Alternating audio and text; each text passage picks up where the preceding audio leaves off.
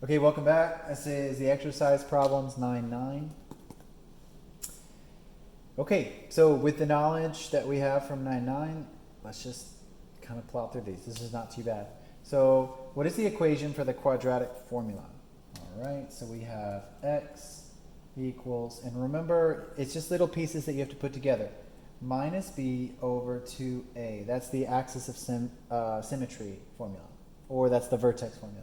And then all we're doing is then we're going to add plus or minus the discriminant, which was b squared minus 4ac. So the discriminant is just inside of that. Easy peasy. And there it is. What is the equation for the discriminant? Well, the discriminant is right here. It's inside the square root. B squared minus 4ac. And what does finding the discriminant tell you? It tells you how many solutions you're going to have. Either 0, 1, or 2 solutions. And that you could also say this in another way. It tells you how many times the parabola is going to cross the x-axis, either 0 times, 1 time, or 2 times. All right, so that was 1, 2, 3. Get some space. Okay, use the discriminant to find the number of solutions in each equation.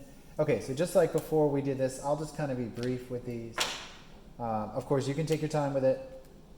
So the discriminant is going to be b squared, which is 16, minus 4ac. So minus 4 times 2 is 8.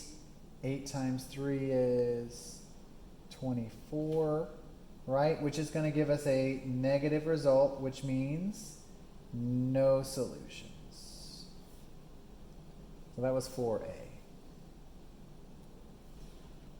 So this right here is b squared minus 4ac. And our result is negative, no solutions. That was 4a. 4b. So b squared is, again, 16 minus 4ac again. So 4 times 1 times 4, 16. This is another easy one, 0. Good, which gives us what? 1 solution. Cool, because we're going to be taking the square root of 0, and it just makes it the axis of symmetry. Okay, good.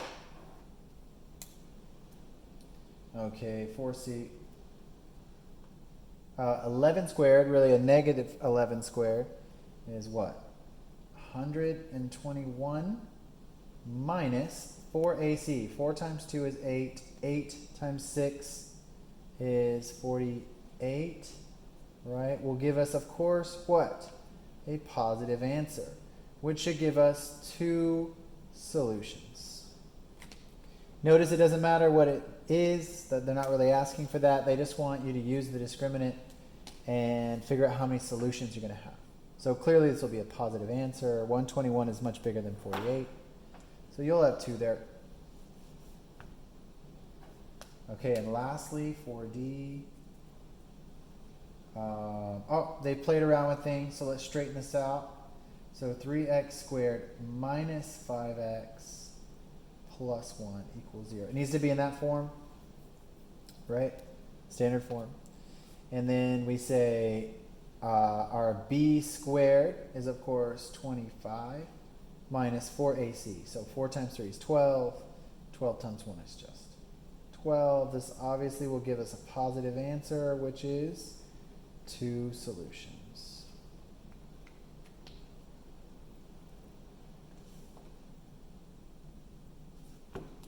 Cool. That was 4D.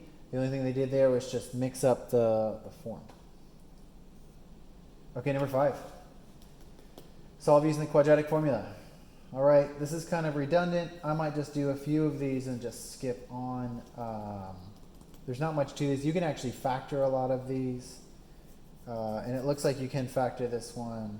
So really, honestly, yeah, you don't need to, you might think about this in a very broad way and just look for shortcuts and all this, but yeah, maybe I'll just pick one and solve it for you. How about this one? How about 5b? 5b looks like this.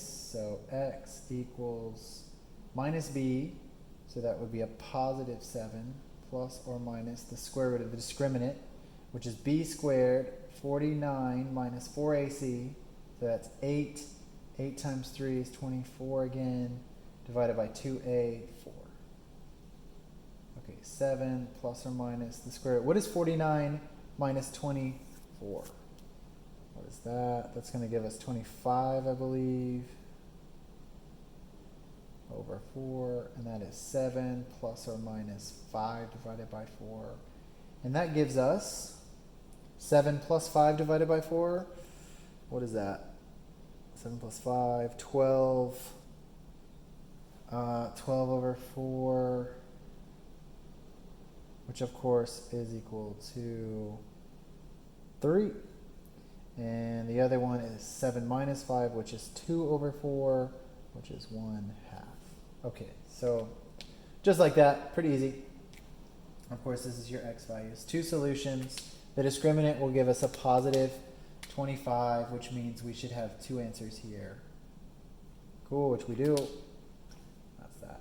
I won't do them all just because they're all kind of the same thing, but you should do them all for sure. Make sure to practice. All the answers will be in the bottom. If you have any hard ones, definitely write me and ask. I'll do them for you. Okay, how many solution methods do we have for solving quadratic equations? Which method is your preferred method? Okay, this is just a vague question. So how many did we have? We had graphing, we had factoring, we had using square roots,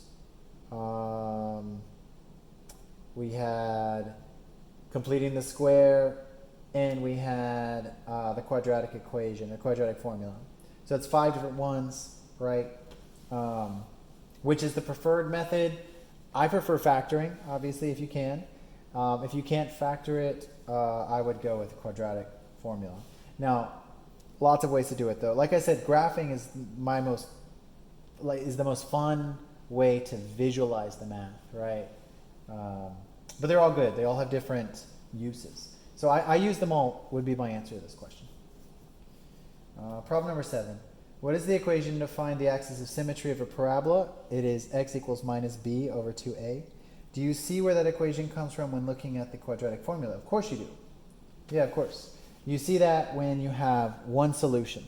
So when the discriminant is 0, you would see the axis of symmetry pop out. Okay, that's what they're getting at there for number 7. Number 8, now that we've learned the equation for the discriminant, do you see where the equation comes from when looking at the quadratic formula too? Of course, yeah, it all is just pieces of a bigger puzzle. You can write this out. These are just ideas just to double check that you are seeing how everything connects together. And that is it. That's all there is to it. It looks like 5D is probably the most interesting one. Take your time on 5D. That's it. All right, good luck, you guys. That's the end of chapter 9 and all the homework from chapter 9. Please take this chapter very seriously. I can't emphasize that enough. This is our hardest chapter. Make sure to go back, do all your homework, study hard for this quiz. Good luck, and I wish you the best.